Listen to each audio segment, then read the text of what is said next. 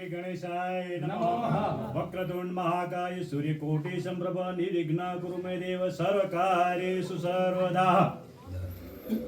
બધાને શ્રી ભગવાન રામજી મંદિરની અંદર આપણે જે નિમિત્તે કે 64 ગોળ સમાજ આજના તરફથી જે આપણે નિર્ણય લેવામાં આવ્યો છે, એટલે 64 ગોળ આજના સમાજ એટલે એમાં બધા આપણે આવી ગયા.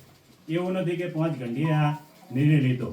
બરાબર, એના જે મુદ્દા બનાવ્યા છે, જે ફેરફાર કર્યો છે નિયમમાં, એ બધાને આપણે વાંચીને સંભળાવીએ. ધ્યાનથી તમે સાંભળજો અને એને બધું આપણે પાલન્ય કરવાનું છે. તો મુદ્દામાં પહેલું છે કે વર્તમાન સમયમાં દાગીનામાં ખૂબ જ ભાવ વધારો થયેલ છે, તો સોનું વધુમાં વધુ 5 તોલા, ચાંદી 500 ગ્રામથી વધારે નહીં.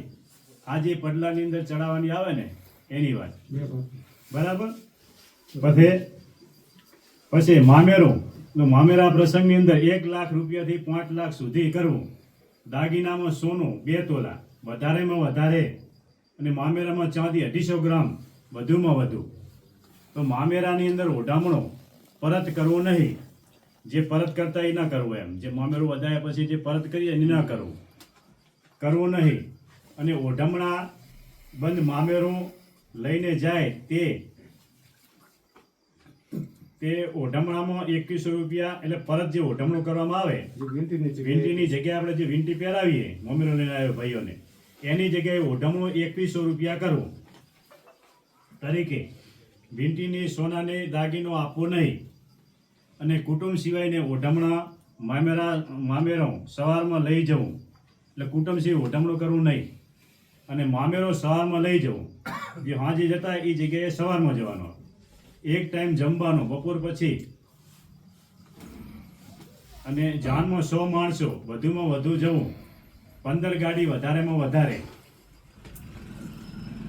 ને લગ્નમાં ડીજે, ફટાકડા અને હલ્દી રસમ સદંતર બંધ છે.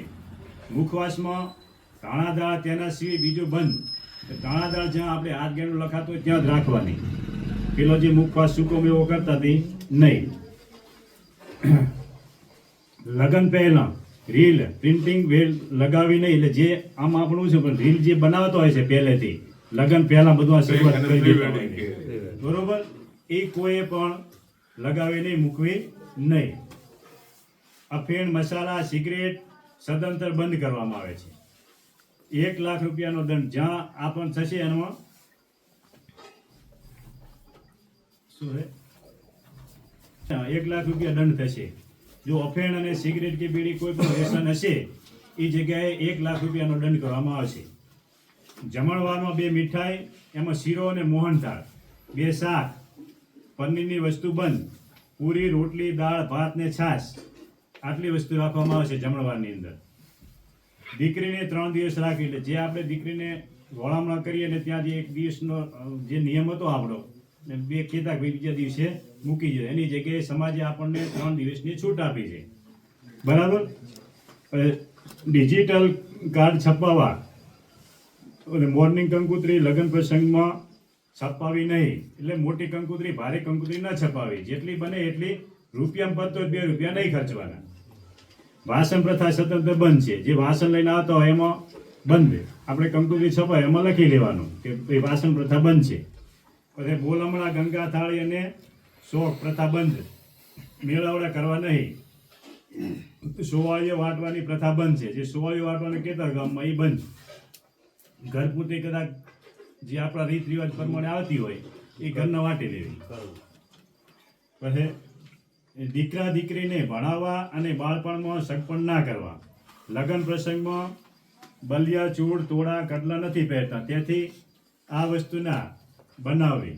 કારણ કે પાછળથી તેની વેલ્યુ 40% પણ આવતી નથી. લાજ પ્રથા કોઈની દીકરી, લાજ પ્રથા કોઈએ ટીકા કરવી નહીં. લાજ જેને આમાં છે 2 ઓપ્શન છે. લાજ કાઢાવી જ નથી એવું નથી.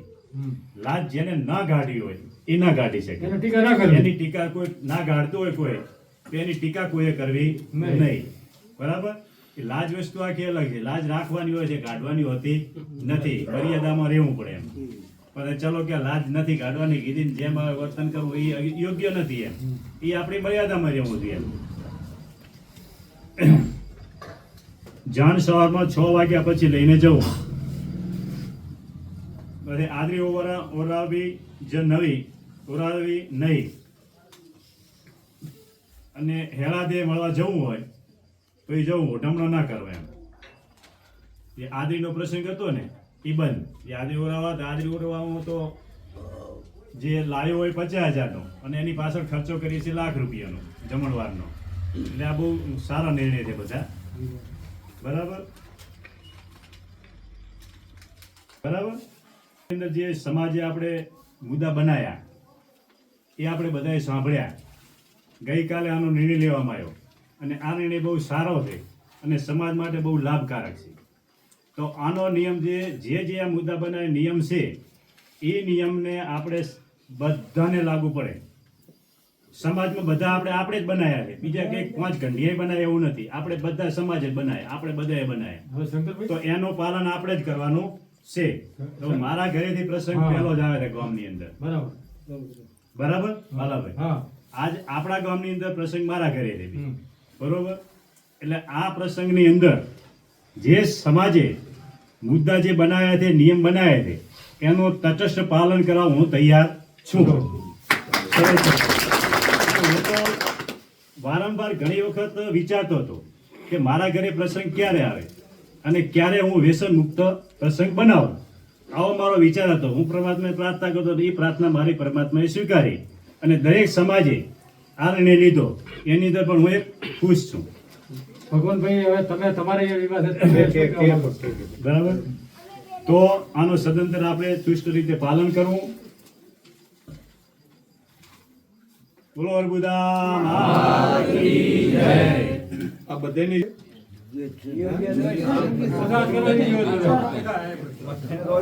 બોલો